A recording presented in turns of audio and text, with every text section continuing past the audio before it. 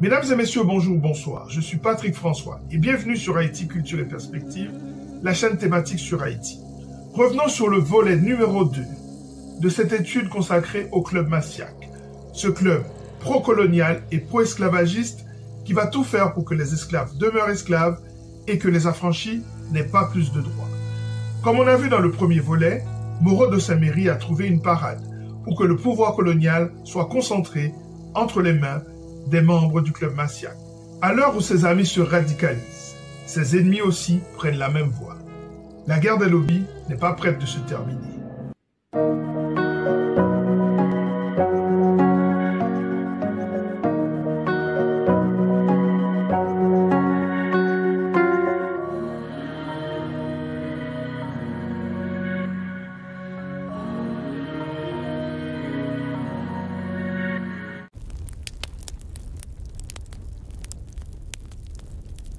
Pour pénétrer en profondeur dans le logiciel idéologique du Club Massiac, il importe d'analyser les écrits d'un autre de ses membres. En effet, le 26 novembre 1789, devant les États généraux, le député Nicolas Robert Chevalier de Cocherel va dresser un portrait mensonger truffé de révisionnisme des colonies. Et pour convaincre qu'en France, il va mentir. Il va raconter des contre-vérités qui sont encore débitées aujourd'hui par des révisionnistes de la colonisation et de la traite des esclaves. Un menteur pur et simple, prêt à tout pour avoir gain de cause. Il va dire trois choses essentiellement. 1. Que les lois ne peuvent pas être appliquées aux colonies parce que Saint-Domingue n'est pas française. 2.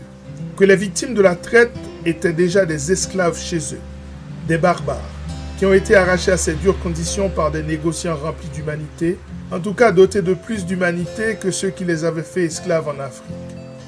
3.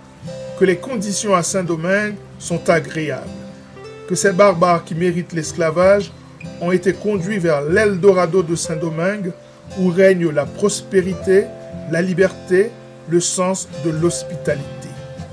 Vous le voyez, cet homme est un mythomane maladif qui va jusqu'à prétendre que l'arrivée de ces hommes à Saint-Domingue va les libérer de leurs chaînes et va les installer dans un contexte plus favorable où règne, au pire, une discipline militaire. Mensonge, mensonge, mensonge. Dès lors, selon le chevalier de Cocherel, il faut une constitution spécifique pour ces colonies.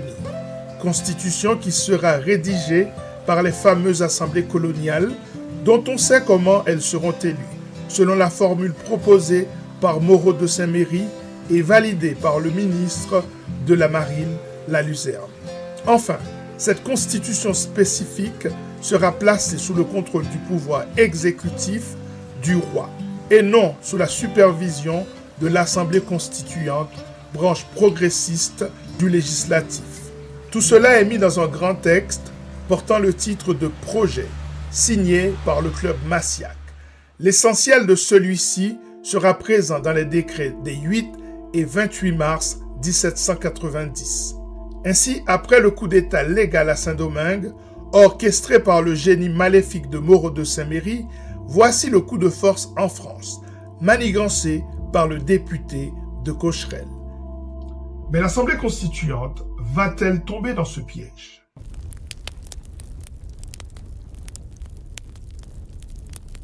L'objectif principal du Club Massiac, c'est de faire régner le silence autour de la réalité coloniale à Saint-Domingue. Le silence sur la réalité de la colonie, le silence sur la condition des esclaves, le silence sur les revendications des affranchis, le silence sur le désossement de la colonie. L'objectif principal est la stratégie du silence, agir dans la discrétion en attirant l'attention du roi, empêcher à l'Assemblée de se pencher sur le sort de la colonie et y faire appliquer la Déclaration des droits de l'homme et du citoyen. C'est là la définition même du lobbying. Mais s'il faut en parler, alors les membres du club sont prêts à mentir sur les conditions à Saint-Domingue. Le club veut décrocher 20 sièges de députés au sein des États généraux afin d'influencer leur vote. Imposer une délégation coloniale au sein des États généraux, empêcher la création à l'Assemblée d'un comité des colonies et suspendre dans les colonies l'application de la Déclaration des droits de l'homme et du citoyen, dont l'article 1er stipule que tous les hommes sont libres et égaux en droit. Alors, il emprunte une approche tactique qui consiste à essayer de départager les intérêts de la colonie de ceux de la France et mentir sur la condition des esclaves dans la colonie. Le club va tout faire pour représenter les esclaves et les libres de couleur au sein des États généraux. Pour rappel, le club est installé dans le même quartier que le ministère de la Marine, afin de faire pression sur l'État français. On comprend alors la facilité avec laquelle les colons arrivent à intervenir dans les prises de décision du ministère de la Marine. Le club va occuper les ports afin d'empêcher que les intérêts des colons soient compromis par la sensiblerie de l'opinion publique. Le but du club est de rendre Saint-Domingue plus indépendante de la France, tout en s'enfonçant dans l'esclavage, comme à l'époque des flibustiers et des boucaniers. Par ce fait, les lois et les principes applicables en France ne peuvent pas l'être dans la colonie. Ainsi, le club massiaque va tenter d'isoler Saint-Domingue, en empêchant par exemple que les mulâtres rejoignent la colonie, afin de ne pas distribuer la parole révolutionnaire. C'est le cas d'une affaire qui sera traitée dans une émission ultérieure sur Haïti, culture et perspective. Il s'agit de l'affaire Vincent Auger. Donc, restez branchés.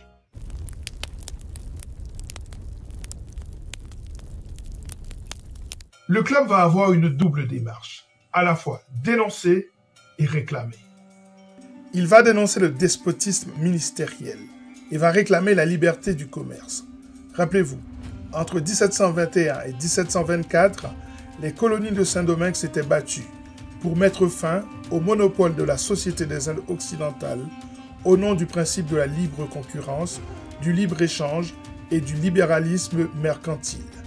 C'est au nom de cette même liberté que les colons veulent garder les hommes en esclavage. Cette formule de Louis-Marc de Goudarcy, du laisser-faire, laisser-passer, va séduire même une partie de la bourgeoisie issue du tiers-état contestataire. C'est ainsi que ces anti-révolutionnaires du club massiaque vont arriver à séduire certains révolutionnaires français et vont prononcer à leur côté le fameux serment du jeu de paume. Serment par lequel les députés jurent, le 20 juin 1789, de ne pas se séparer avant d'avoir donné à la France une constitution républicaine.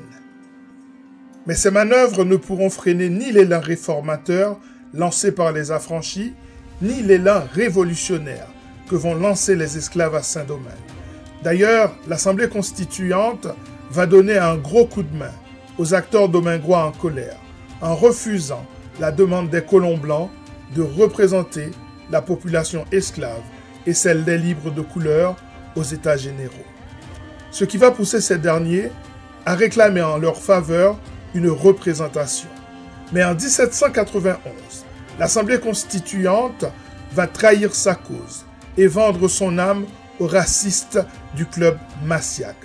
En effet, il publie les décrets de mai 1791, car du 11 au 15 mai 1791, 3 grandes questions furent soulevées à l'Assemblée. 1.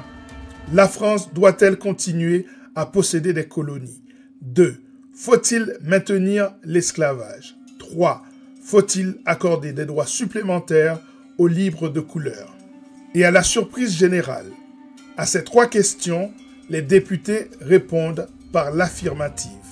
Oui pour les droits supplémentaires aux libres de couleur, mais aussi oui pour l'esclavage et oui pour la colonie. L'Assemblée constituante va donc donner une base légale à l'esclavage le plus répugnant à Saint-Domingue et ailleurs.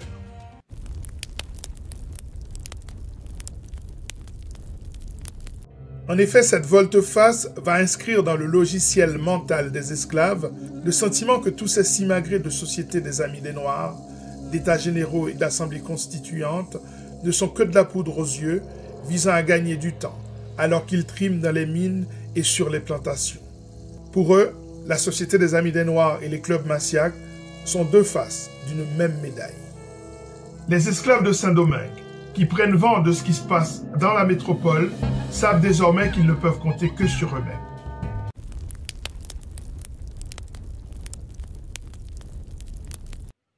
Retour à Saint-Domingue.